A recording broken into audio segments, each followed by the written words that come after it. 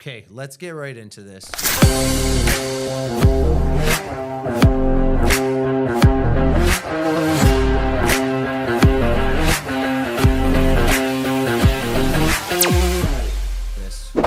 I have a question to you. What are you seeing in the Southern Ontario climate when it comes to business owners, investment, the economy, people? Like, where are we in Southern Ontario right now? I think a lot of people are worried. So primarily I deal with small to medium-sized businesses, local businesses, and a lot of these businesses are generational and they're doing well. But the biggest thing we talk about, the biggest thing we hear above and beyond, us handling their marketing, their radio advertising, their digital marketing, all that kind of stuff, is in most of my meetings, they're usually happy with what we're doing for them, but they're always like, we can't find this guy, we can't find this girl.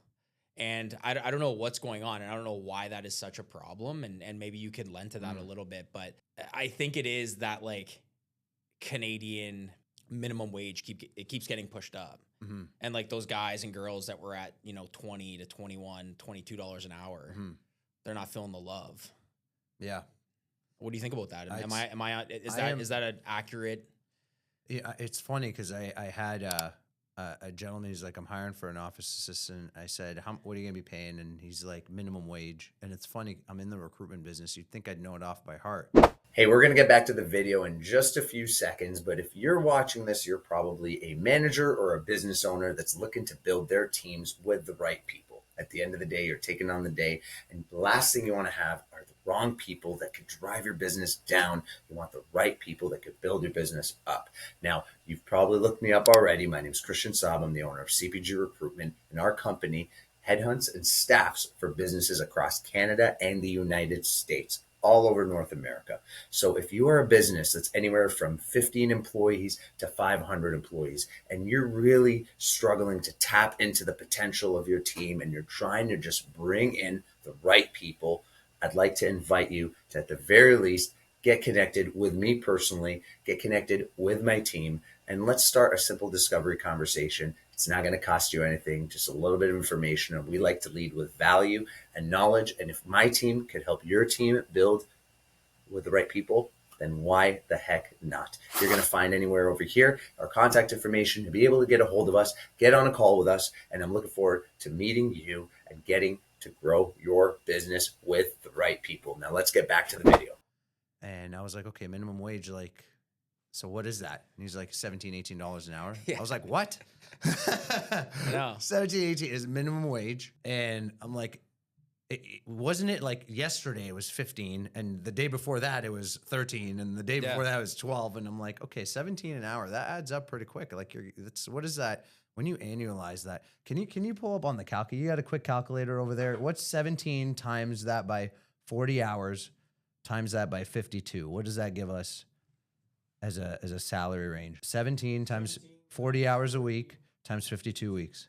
35,360. So $35,000 is your minimum wage. That's a big pill to swallow, because for some businesses it's $3,500 a month to get someone doing the bare minimum wage, right? Like, you're in the advertising business, you're going to quote me $3,500 for a marketing package on the radio, right? Yeah, absolutely. It goes, I'd rather use, that money goes a long way in the right place, right? It does. So it does. It's an interesting time with wages, with cost of living.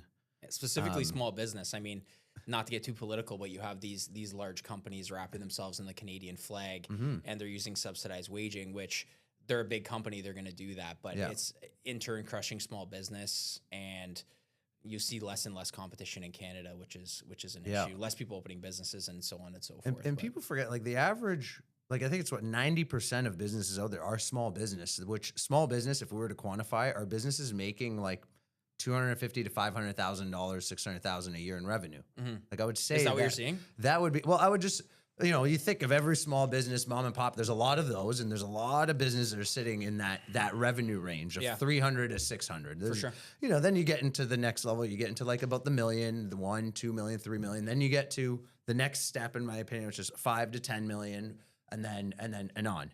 But a good size of small businesses are that, call it $500,000 a year business, where a $35,000 cost is, that's 35,000. And so if you're running a 10% profit margin on a $500,000 business, that's 50 grand. So one employee at that minimum wage is pretty much almost all your profit. Yeah. Right. So it is actually a very tight room, with the minimum wage being high, which then everyone else that's at 22, 25, they're not seeing a reward. It's pretty much everyone that's on the bottom is like, it's growing up. So it hurts more businesses than others. That's for sure. I used to have a lot of restaurants as my customers. Now they're not. Why is that? Well, because their cost is so high, they can't, they can't fork out any more money, right? Yeah. Like, think of what happened in the restaurant industry, where it used to be like the server wage. It's now minimum wage. Every server is making $17 an hour. Yeah. Plus the tips. Yeah. Whereas before it was like, I think 9, 10, 11 or something like that, Yeah. right? And you feel it in the prices of things too, right? Yeah. Like when you So go for now dinner. that owner has to front all that cost. Like, that's a big bump. That's, if it was $10 an hour that I was paying and now it's 17, that's 70%. Yeah. 70% of it. So that's a big increase. Multiply, you have some restaurants have 200 employees. It adds up. It does. It adds up. What's $7 times that by 200 employees? What is that? That's 1,400. Yeah, 1,400. So 7 times 200? Yeah, it's 1,400 an hour. Your overhead just went up. Yeah. If you have 200 employees and you just bumped everybody up to that, that's $1,400 extra you now have to pay per hour. Yeah, that's crazy. Most are working 10 hours, for example. There's Yeah. $14,000 a day that now you're upfronting on organizations that are like that, right? Yeah. Which then, go to a restaurant, try to spend $80 on a dinner for two. It's not happening. Yeah. When was the last time your bill was $80 at a restaurant for a dinner for two? Yeah, it's not.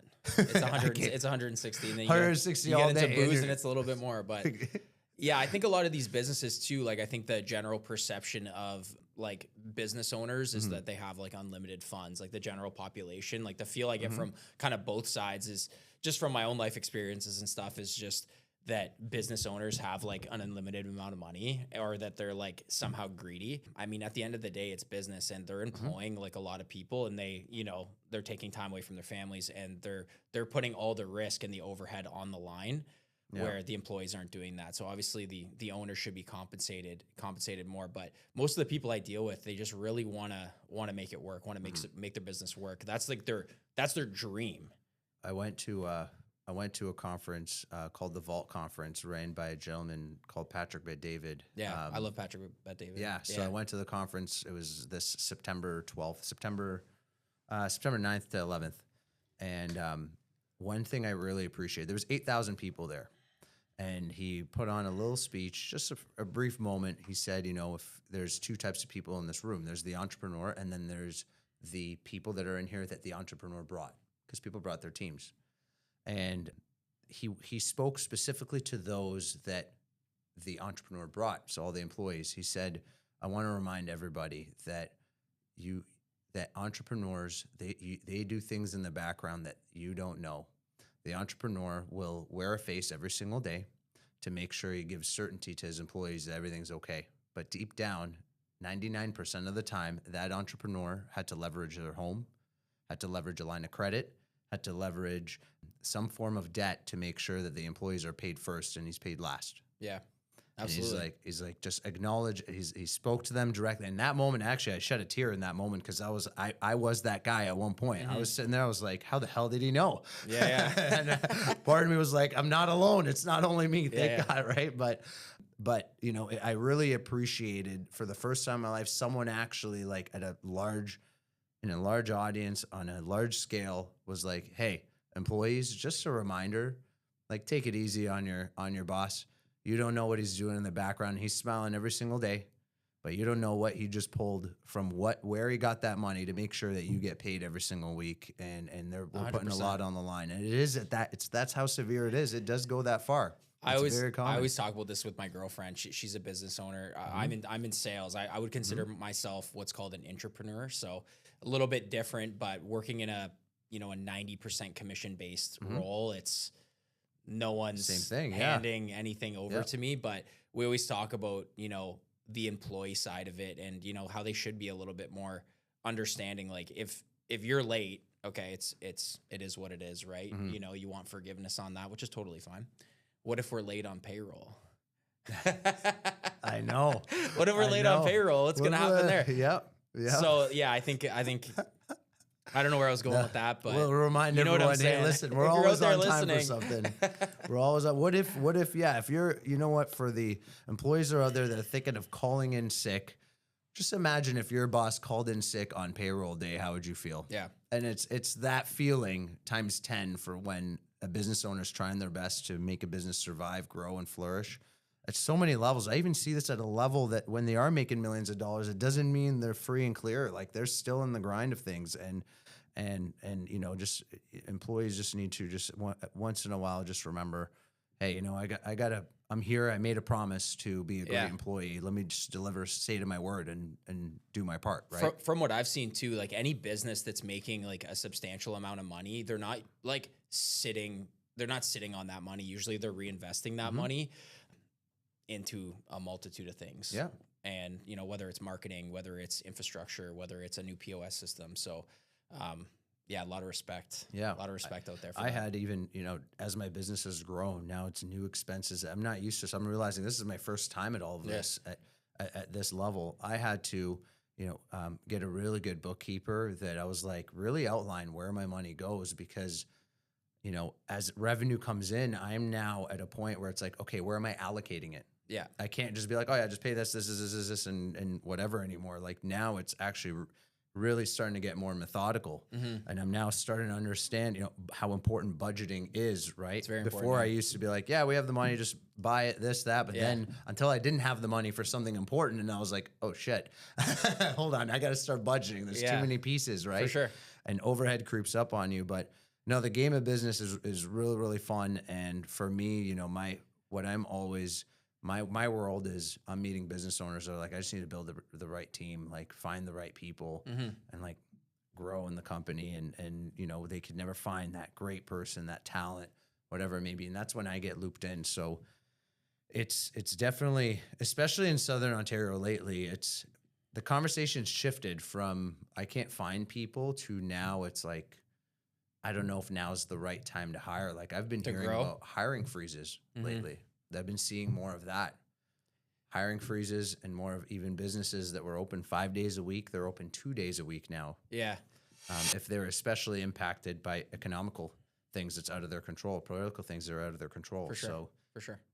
have you been seeing Hey, thanks for watching our content. Listen, if you're running a business and you're struggling to find staff, I want to introduce myself. My name is Saab. I own CPG Recruitment, and I help companies across North America find the people that they need to find. Listen, a great business cannot be built unless you've got great people. You and I both understand that having the right people on your team is so important, and that's where I could come in and help you. So listen, I want you to shoot me a text message. Here's my direct cell phone.